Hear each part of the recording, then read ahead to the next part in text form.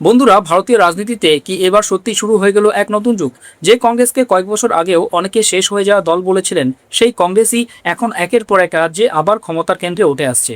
আর সবচেয়ে বড় চমক, যে তামিলনাড়ুতে কংগ্রেস কার্যত হারিয়ে গিয়েছিল, যেখানে মাত্র 5টি আসন জিতেছে, সেই রাজ্যেই সরকার গঠনের পুরো খেলায় এখন সবচেয়ে গুরুত্বপূর্ণ শক্তি হয়ে উঠেছে রাহুল গান্ধীর দল। কিন্তু প্রশ্ন হচ্ছে, শেষ মুহূর্তে এমন কি হলো যাতে 22 বছরের পুরনো ডিএমকে কংগ্রেস জোট ভেঙে গেল? কেন হঠাৎ করেই থালাপতি বিজয়ের পাশে দাঁড়ালো কংগ্রেস? এটা কি শুধুই রাজনৈতিক সমীকরণ, নাকি বিজেপিকে দক্ষিণ ভারত থেকে দূরে রাখার এক বড় মাস্টার স্ট্রোক? আর সব থেকে বড় প্রশ্ন, তামিলনাড়ুতে কি এবার এনডিএ জোটেই ফাটল ধরতে চলেছে? আরও চমকে যাওয়ার মতো বিষয় হলো, যে থালাপতি বিজয়কে আজ মুখ্যমন্ত্রী পদপ্রার্থী হিসেবে দেখা হচ্ছে, তিনি কি সত্যিই 15 বছর আগেই নিজের রাজনৈতিক স্ক্রিপ্ট লিখে ফেলেছিলেন? তার পুরনো সিনেমার clip, viral number plate, fan ক্লাবের নেটওয়ার্ক, সবকিছু কি আগে থেকেই সাজানো ছিল? একজন সুপারস্টার কিভাবে ধীরে ধীরে দক্ষিণ ভারতের সবচেয়ে বড় রাজনৈতিক শক্তিতে পরিণত হলেন?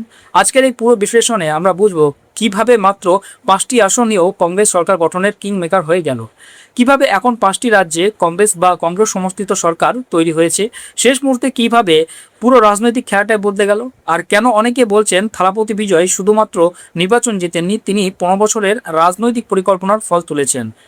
বন্ধুরা, সবার আগে তামিলনাড়ুর ফলাফলটা বুঝে নেওয়া যাক। তামিলনাড়ু বিধানসভায় মোট আসন 234টি, সরকার গঠনের জন্য প্রয়োজন 118টি আসন।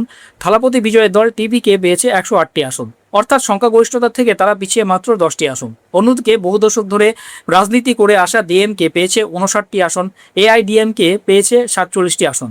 এআইডিএমকে বিজেপির জোটসঙ্গী, আর স্ট্যালিনের ডিএমকে ছিল কংগ্রেসের জোটসঙ্গী।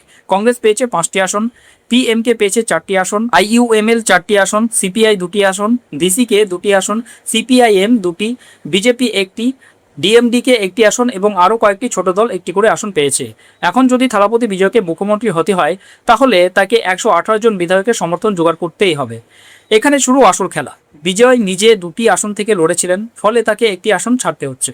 অর্থাৎ টিভিকের কার্যকর বিধায়ক সংখ্যা হয়ে দাঁড়াবে 160টি। সরকার গঠনের জন্য তখনও প্রয়োজন হবে আরও 11 জন বিধায়ক। এরপর আচমকায় খবর আসে, টিভিকে চাইছে কংগ্রেস তাদের সঙ্গে আসুক। এমনকি থালাপতি বিজয়ের বাবা নিজে কংগ্রেসকে সমর্থনের প্রস্তাব দেন। কংগ্রেসও জানায় তাদের হাইকমান্ডের আগে থেকেই পরিকল্পনা ছিল বিজয়ের পাশে দাঁড়ানো। ফলে মাত্র 5টি আসন পাওয়া কংগ্রেস বিজয়কে সমর্থন দেয়, আর সেই সিদ্ধান্তের মধ্য দিয়ে কংগ্রেস ভেঙে দেয় ডিএমকের সঙ্গে 22 বছরের পুরনো জোট। অর্থাৎ এখন তামিলনাড়ুতে কংগ্রেস সমর্থিত সরকার গঠনের রাস্তা খুলে গেল। যদি টেকনিক্যালি দেখা যায়, তাহলে 2026 সালে কংগ্রেস জোটের সরকার 2 রাজ্যে তৈরি হতে চলেছে। একদিকে কেরলে 10 বছর পর ক্ষমতায় ফিরে আসছে কংগ্রেস, অন্যদিকে তামিলনাড়ুতেও কংগ্রেস সমর্থিত সরকার তৈরি হচ্ছে। রাহুল গান্ধী এবং থালাপতি বিজয়ের বন্ধুত্বর গল্পও এখন ভাইরাল। রাহুল নিজে সোশ্যাল মিডিয়ায় বিজয়কে অভিনন্দন জানিয়েছেন, বিজয়ও পাল্টা ধন্যবাদ জানিয়েছেন। তবে প্রশ্ন হচ্ছে, কংগ্রেসে 5 বিধায়ক যোগ হলেও তো এখনও সংখ্যাগরিষ্ঠতা পূর্ণ হচ্ছে না, তাহলে বাকি সমর্থন কোথা থেকে আসবে? সেটাই এখন সবচেয়ে বড় রাজনৈতিক সমীকরণ। আলোচনা চলছে ছোট ছোট দলগুলোর সঙ্গে, যারা আগে ডিএমকে কংগ্রেস জোটে ছিল, যেমন সিপিআই, সিপিআইএম, ডিসিকে ইত্যাদি। তাদের বিধায়কদের একত্র করে 118 সংখ্যাটা ছুঁয়ে ফেলার পরিকল্পনা চলছে। শুধু তাই নয়, এআইএডিএমকের মধ্যেও ভাঙনের সম্ভাবনা তৈরি হয়েছে। খবর পাওয়া যাচ্ছে কিছু বিধায়ক বিজয়ের সঙ্গে যেতে আগ্রহী হয়েছেন, অর্থাৎ এনডিএ জোট ভাঙার চেষ্টাও শুরু হয়ে গেছে। এখন যদি গোটা দেশের ছবি দেখা যায়, তাহলে বর্তমানে কংগ্রেস বা কংগ্রেস সমর্থিত সরকার রয়েছে 5টি রাজ্যে। তামিলনাড়ুতে বিজয় সমর্থিত সরকারে কংগ্রেস থাকবে, কেরলে কংগ্রেস জিতেছে, তেলেঙ্গানায় মুখ্যমন্ত্রী রেবন্ত রেড্ডি, কর্ণাটকে সিদ্দারামাইয়া, হিমাচলে সুখবিন্দর সিং সুকু। অর্থাৎ 5 রাজ্যের ক্ষমতায় এখন কংগ্রেসের উপস্থিতি রয়েছে। যদিও বিজেপি সরকার সংখ্যায় এখনও অনেক বেশি, কিন্তু কংগ্রেসের জন্য এই 5 সংখ্যাটাই এখন বড় রাজনৈতিক বার্তা। এবার প্রশ্ন, শেষ মুহূর্তে পুরো খেলাটা বদলে গেল কিভাবে? এর মধ্যেই ভাইরাল হয়েছে বিজয়ের নতুন ছবি জননায়গনের টিজার। সেখানে তাকে লেখা হয়েছে honourable chief minister of Tamil Nadu C Joseph Vijay. অর্থাৎ রাজনৈতিক ইঙ্গিত যেন অনেক আগেই দিয়ে রাখা হয়েছিল। 51 বছর বয়সে বিজয় কিভাবে জিতলেন?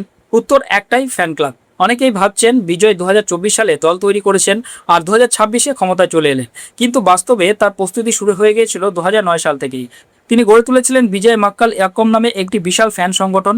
প্রথমে সেটিকে সামাজিক সংগঠন হিসেবে ব্যবহার করা হয়। রক্তদান শিবির, ছাত্রছাত্রীদের সম্বর্ধনা, দরিদ্রদের সাহায্য, ত্রাণ শিবির, খাবার বিতরণ, সবকিছুর মাধ্যমে বিজয় নিজের জনপ্রিয়তাকে রাজনৈতিক জমিতে পরিণত করেন।